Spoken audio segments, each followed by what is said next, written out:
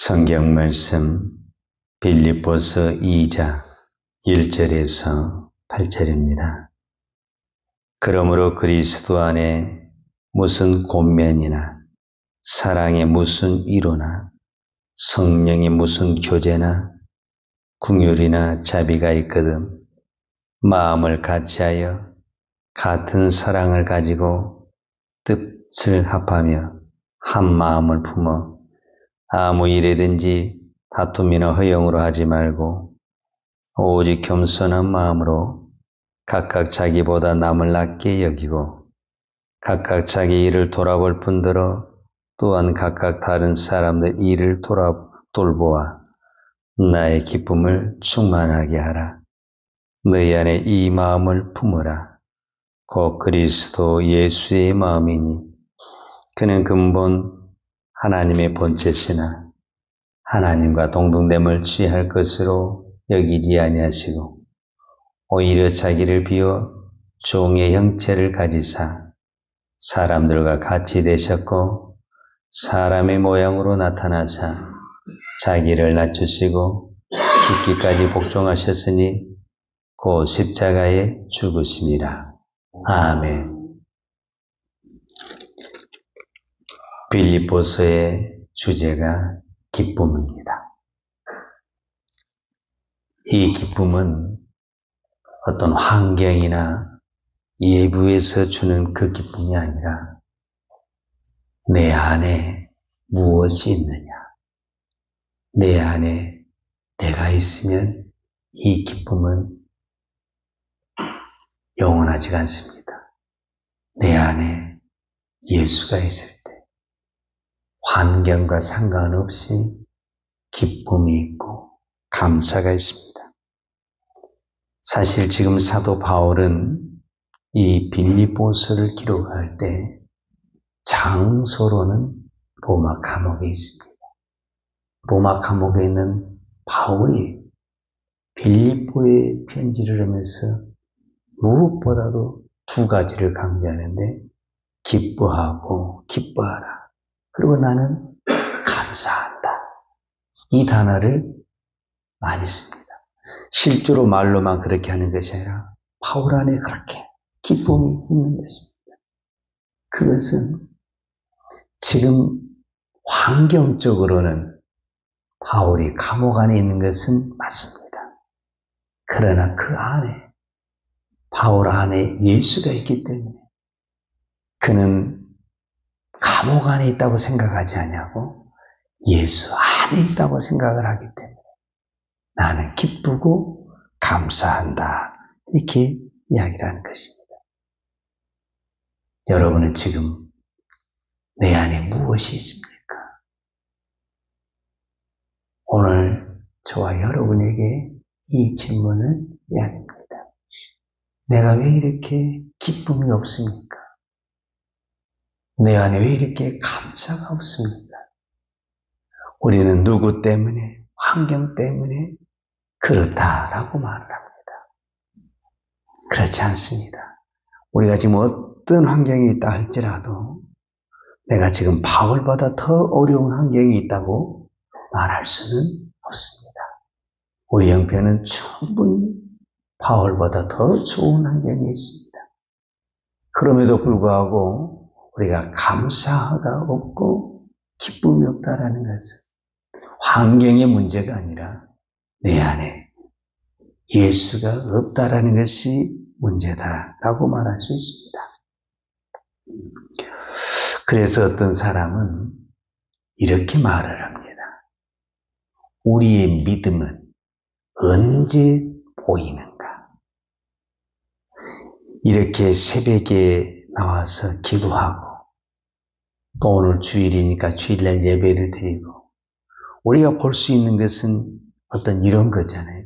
그래서 새벽에 나와서 기도하는 그 모습을 보고 믿음이 좋다, 믿음이 훌륭하다 우리가 이렇게 말을 하지만 우리의 진짜 믿음은 언제 보이냐면 기도하는 시간에 보이지 않습니다. 진짜 믿음은 내가 고난을 당했을 때, 내가 어려움을 당했을 때 그 어려움을 어떤 방식으로 풀어가느냐, 세상의 방식으로 풀어가느냐, 믿음의 방식으로 풀어가느냐에 따라서 진짜 우리의 믿음이 보인다. 이렇게 말할 수 있습니다. 자, 내가 이제 정말 내 안에 예수가 있다고 한다면, 자, 그래서 오늘 2장 1절에 그러므로 우리는 어떻게 살아야 되는가? 이 부분에 대해서 오늘 살펴보도록 하겠습니다. 1장에서는 너희 안에 예수가 있다고 한다면 어떻게 살아야 되느냐? 1장 27절에 보면 오직 너희는 그리스도의 복음에 합당하게 생활하라. 이 말은 너희가 예수를 믿느냐? 너희 안에 예수가 있느냐? 그렇다면은 믿는 자답게 생활하라. 이렇게 이야기를 하는 거죠. 이제 그것을 2장에 와서는 사도 바울은 또 어떻게 말하냐? 너희 안에 예수가 있느냐? 그렇다면은 2장 5절 잘하는 말씀이죠. 너희 안에 이 마음을 품으라. 곧 그리스도 예수의 마음. 여러분, 예수가 내 안에 있다고 한다면 당연히 내 안에 무슨 마음이 있어야 되겠어요? 두말할 것 없이 예수의 마음이 있어야지. 근데 분명히 우리는 예수를 믿고 내 안에 예수가 있다고 하지만은 예수의 마음이 없어요. 세상의 마음, 욕심의 마음, 이런 마음이 있다고 한다면은 아직 우리는 내 안에 예수가 충만하지 못하다. 이렇게 말할 수가 있겠습니다. 그 다음에 3장에 가서는 사도 바울이 어떻게 우리가 살아야 되냐 했을 때 오직 우리의 시민권은 하늘에 있다. 비록 우리가 이 땅에 살지만 우리의 시민권이 하늘에 있다는 것은 너는 천국 시민답게 살아라. 비록 내가 이 땅에 살지만 나는 하나님의 자녀다. 하늘의 시민권이 있다. 이 자부심, 나는 하나님의 백성이라는 이 자부심, 이것을 가지고 살아야 된다. 이렇게 말을 하고 있는 것입니다. 그러면은 오늘 저와 제 자신에게 또 우리 모두에게 질문을 해봐야 됩니다. 나는 과연 예수를 믿는 사람인가? 예. 우리 모두는 예수를 믿는 사람입니다. 더더구나 나는 이 새벽에 나와서 기도하는 사람입니다. 그리고 나는 교회에서 목사요, 장로요, 권사요, 집사의 직분을 받은 사람입니다. 그렇다고 한다면 누가 뭐라고 하지 않아도 내가 어떻게 살아야 된다라는 것은 다 알고 있습니다. 여러분, 내가 어떻게 살아야 될 줄 몰라서 지금 헤매이고 있습니까? 예수 믿는 우리가, 하루 이틀 다닌 것도 아닌 우리가 어떻게 살아야 될 줄 몰라서 기도하는 것입니까? 그렇지 않습니다. 나는 어떻게 살아야 된다라는 것, 지금 사도 바울이 1장, 2장, 3장에서 표현한 대로 다 알고 있습니다. 복음에 합당해 살아야 된다라는 것, 내가 하늘의 시민권을 가진 사람으로서 살아야 된다라는 것 다 알고 있습니다. 오늘 또 이 새벽에 기도하는 것은 내가 그렇게 살고 싶어서 기도하는 것입니다. 그런데 안 되고 넘어진다라는 것입니다. 왜 그랬습니까? 내 힘으로 안 된다라는 것입니다. 그래서 빌립보서 4장 10장, 이 4장에 가서 사도 바울은 이런 말씀을 합니다. 내게 능력 주시는 자 안에서 내가 모든 것을 할 수 있느니라. 우리는 이 말씀을 가지고 어떤 능력을 나타내고 기적을 나타내내만 하나님의 능력이 필요한 것처럼 생각을 하는데, 물론 기도를 해서 병든 자가 일어나고 어떤 능력이 나타나는 것, 그것 하나님의 능력입니다. 그러나 그 전에 무엇이 내 안에 이루어지냐면 그 하나님이 주신 그 능력으로 내 안에서 복음으로 살아내는 그런 역사가 일어나야 된다는 겁니다. 이것이 진정한 능력이라는 겁니다. 우리는 눈에 보이는 그 능력을 쫓아가는데 눈에 보이는 그 능력은 내 안에 그 능력이 나타났을 때 밖으로 나오는 능력, 즉 눈에 보이는 능력이 나타난다는 것입니다. 근데 지금 내 안에서부터 능력이 일어나지 않고 있어요. 내 안의 능력이라는 것은 복음에 합당하게 지금 살고 있는 것, 이 능력, 예수님의 마음을 품고 살고 있는 이 능력이 내 안에 나타나게 되면은 그 능력은 반드시 어떻게 나타나게 돼 있냐? 밖으로 나타나게 돼 있다. 그 말입니다. 오늘 우리는 바로 예수의 능력이 나타나기를 원합니다. 그런데 예수의 능력이 나타나려면은 예수님이 내 안에 계셔야 됩니다. 예수님이 내 안에 계시지 않고 예수의 능력이 나타날 수가 없습니다. 예수님이 내 안에 계시려면은 복잡하지 않습니다. 딱 하나만 하면 됩니다. 근데 이것이 너무 어렵다라는 것입니다. 그게 뭐냐? 내가 죽는 것입니다. 내가 죽으면 예수가 내 안에 충만합니다. 그런데 분명히 내 안에 예수가 있는데 내가 살아있게 되면 예수님의 능력을 내가 방해하는 사람이 되는 것입니다. 그래서 우리의 신앙의 길에, 믿음의 길에 제1순위로 방해하는 사람은 환경도 아니고 사람도 아닙니다. 내 자신입니다. 내 자신만 죽을 수 있다면, 내 자신만 내려놓을 수 있다면 예수님의 능력은 날마다 나타날 수 있습니다. 예수님이 어떻게 십자가를 지으신지 아십니까? 예수님이 십자가를 지려면 가장 먼저 해야 됐던 것이 뭐냐면 하늘에서 내려온 것입니다. 하늘에서. 하나님이 하늘에 계시는데 그 하늘에 계신 그 하나님이 그 하나님의 권세를 내려놓고 이 땅에 인간의 몸으로 내려오는 것입니다. 그 자체가 능력입니다. 그러니까 오늘 또 우리가 예수가 되려면 나를 내려놓고 예수님이 나를 내려놓고 이 땅에 오신 것처럼 이게 이제 6절 그는 근본 하나님의 본체시나 하나님과 동등됨을 취할 것으로 여기지 아니하시고 오히려 자기를 비워 종의 형체를 가지사 사람들과 같이 되셨고 사람의 모양으로 나타나사 자기를 낮추시고 죽기까지 복종하셨으니 곧 십자가에 죽으시니라. 그러니까 예수가 죽지 않고는 무엇을 할 수가 없냐면은 십자가를 질 수가 없다. 예수님도 우리를 위해서 십자가를 질 때 죽었습니다. 죽어서 십자가를 지고 그 다음에 죽었기 때문에 부활의 영광이 오는 것입니다. 오늘 우리도 예수의 능력이 내 안에 있기를 원하고 또 우리가 십자가를 지기를 원합니다. 십자가를 진다라는 것은 내가 죽지 않고는 그것을 감당할 수가 없습니다.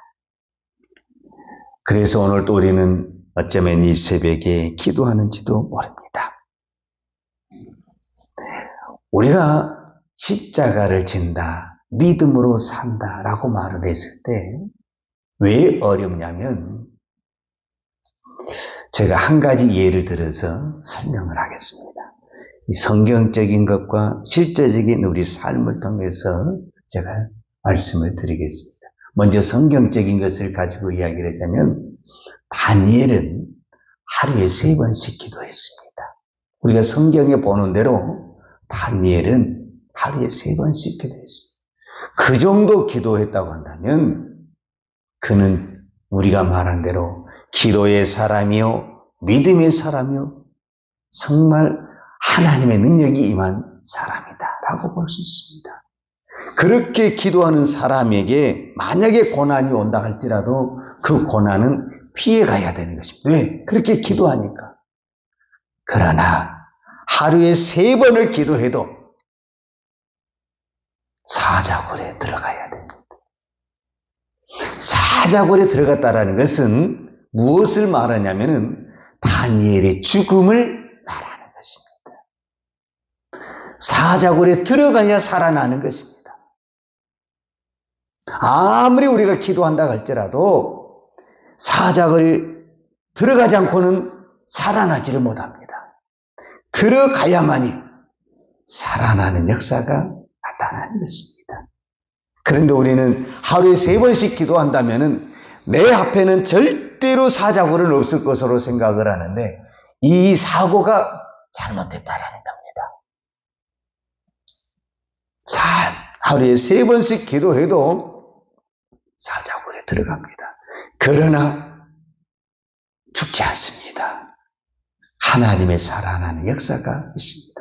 설령 사자굴에 들어가서 다니엘이 죽을 수도 있습니다. 실제로 그렇다 할지라도 다니엘은 믿음을 지켰지 않습니까? 그러면 승리한 것입니다. 믿음으로 산다라는 것이 바로 이런 부분에서 어려운 것이다 라고 말할 수 있습니다. 제가 실제적인 이건 제 간증이 아니고 다른 사람의 간증을 제가 이야기를 해드리겠습니다. 어떤 사람이 자기 친구가 사업을 합니다. 근데 사업을 하다 보니까 돈이 필요해서 이렇게 빌리게 되잖아요. 근데 자기가 돈이 있어서 빌려주는 것이 아니라 자기는 돈이 없는데 보증을 서달라고 해서 보증을 서준 것입니다. 그런데 친구가 사업이 잘 됐으면 문제가 안 되는데 사업이 부도가 나버렸습니다.